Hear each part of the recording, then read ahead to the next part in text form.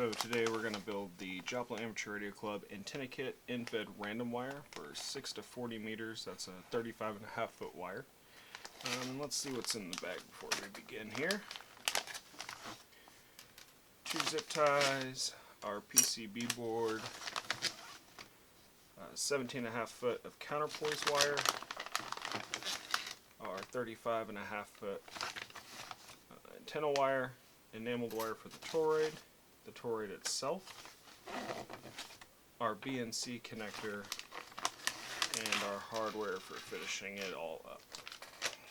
So to begin with, I like to put the BNC connector on first. This is a solder connector. All of the antenna kits come with a BNC connector. The adapters for the PL259 is in our store as well if you need those, or can commonly be found on Amazon. So when looking at the board, our board is a multi-use board, so it can be used to wire the toroid for either a half wave or the in-fed random wire. Today we're going to be doing the in-fed random wire.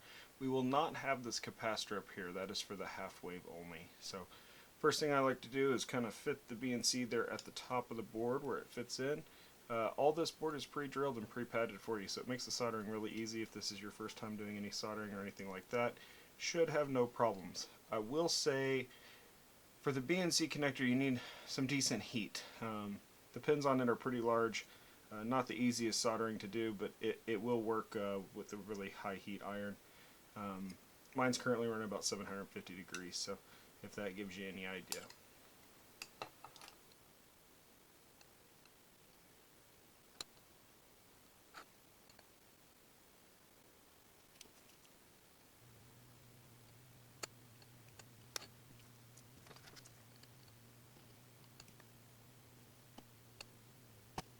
Alright, so there's our connector on the board,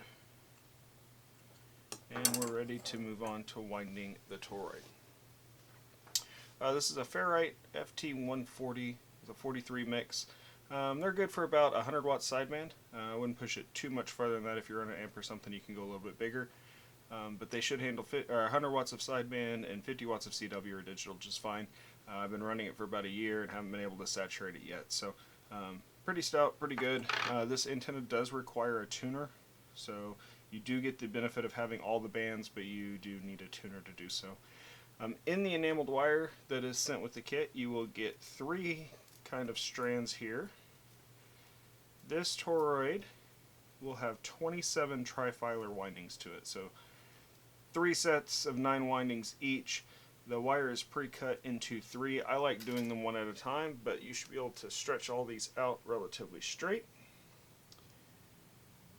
And we will get to winding the toroid. Here and take about 2 or 3 inches or so and just pinch it to the outside. And then take the other end and go inside the toroid. Make sure you don't get any kinks. You want this to be kind of nice and tight, going around as even as possible. And I kind of pull tight after every turn. Every time the enameled wire goes through the toroid, that's going to be 1 turn. So we're looking for 9 here. So that's 1,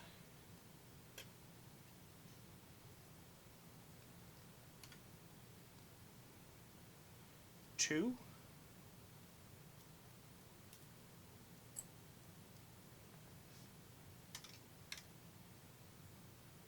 3,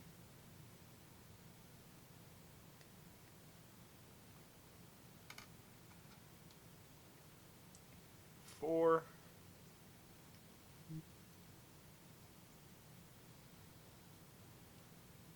5,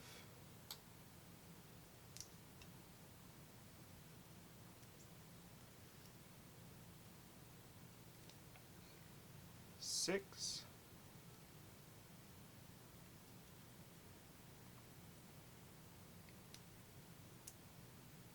7,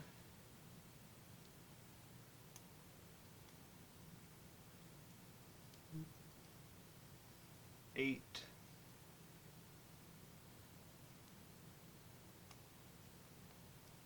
9 there. The spacing on this isn't that important right now.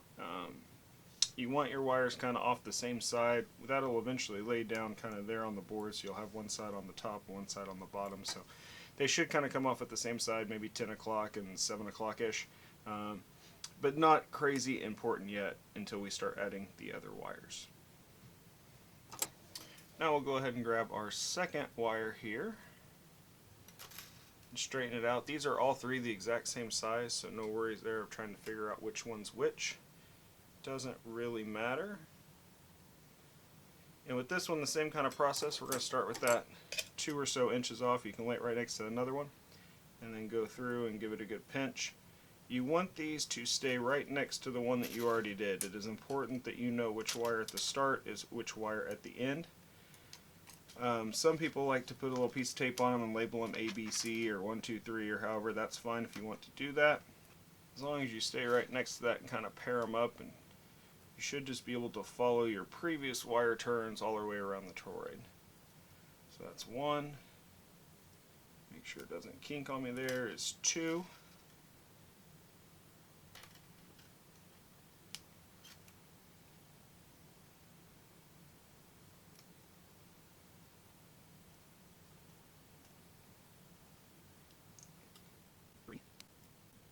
Four,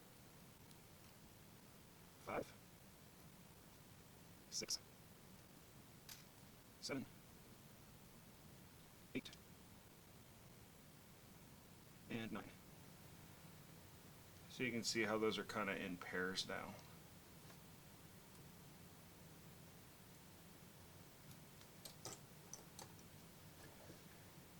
And then we will finish up with our third wire here.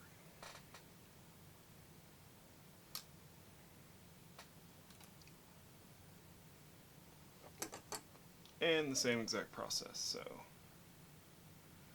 hold about 2 inches off, go ahead and feed it through the toroid.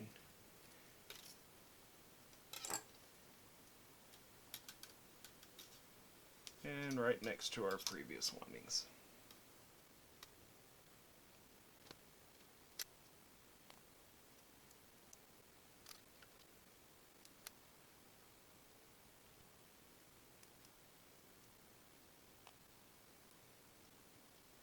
And you can see our 9 turns, 1, 2, 3, 4, 5, 6, 7, 8, 9.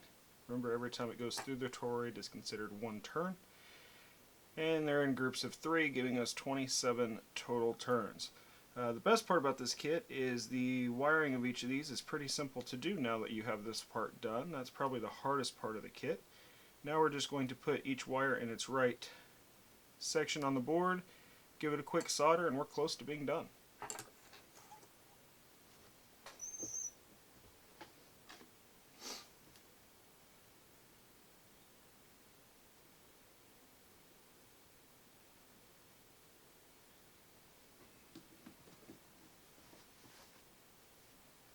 Now in the next section of this project, the wire that we use to wrap the toroid is actually enamel coated. It has a unconductive or coating on the outside of it that keeps it from contacting our cord. So we need to get rid of that.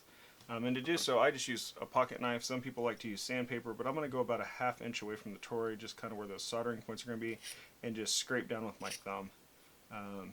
That, as you can see, will start to take some of that red off, and you'll see the bare copper exposed. It doesn't have to be super perfect. Sometimes the heat from the solder will take part of that off, but we just want to make sure we get a good contact once we actually solder this to the board. So about an inch or so away from the toroid is usually fine, and you're just going to strip each of these 6 wires.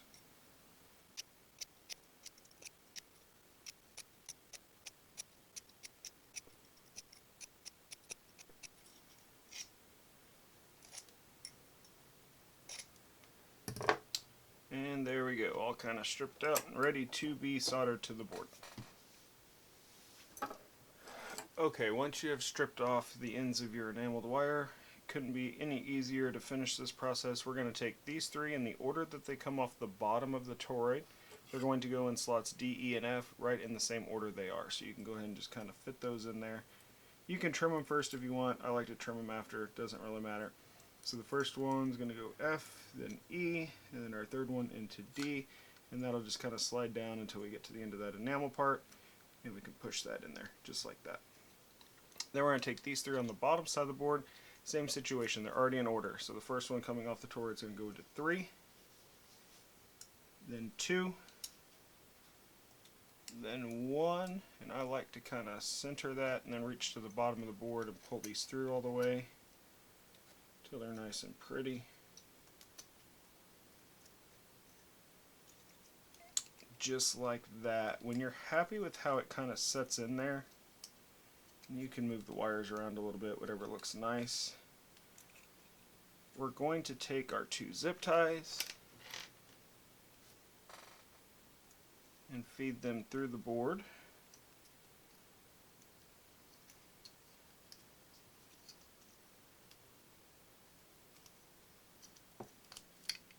And that's what's going to lock this toroid down to our PCB here. So sometimes you got to work with it a little bit.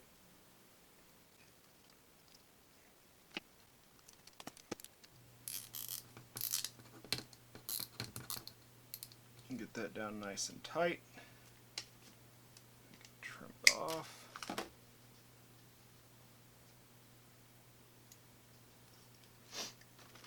And do the same with the other side. So feed that through.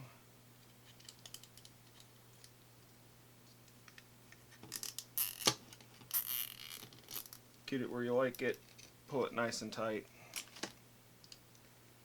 And give it a trim. And that's where we are so far. Now it's just a quick solder of these 6 conductors and life is good.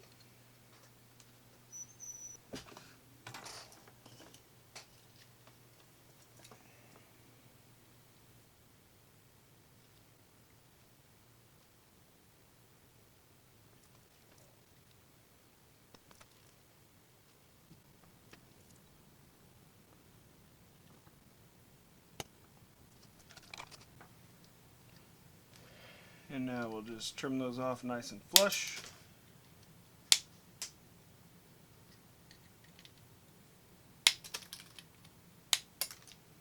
And the main part of our transformer is done.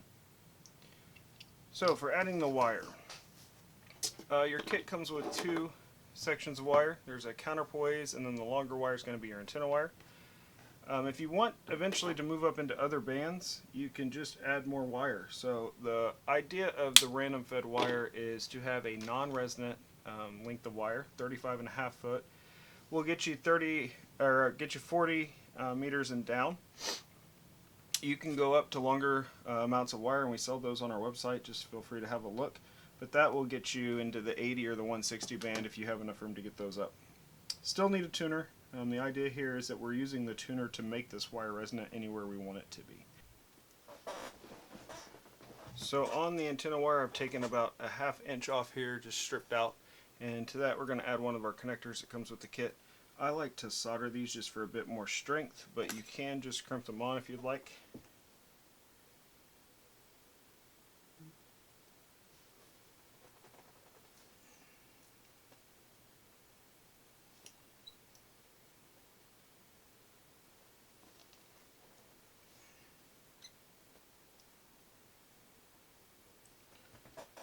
So good squeeze on that, and then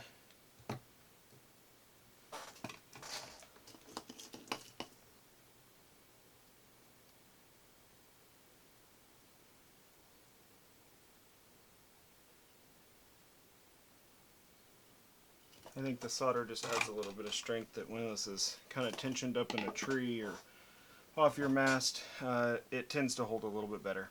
And then to apply that to the antenna, we're just going to find the right lug here on the bottom. There's one for half wave and one for random. We're of course using random, and use the applied and included stainless steel hardware for you. Make sure that's a good tight connection so it seats well.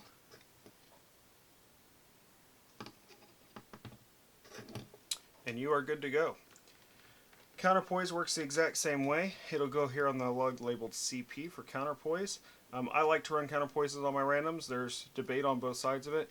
I typically run a 17.5 foot counterpoise, which is what is included in the kit. So same process, add the connector there, run that one along the ground, put this one in an inverted V, Inverted L, sloper style, doesn't really matter. However you can get it up, get it tuned, and get on the air.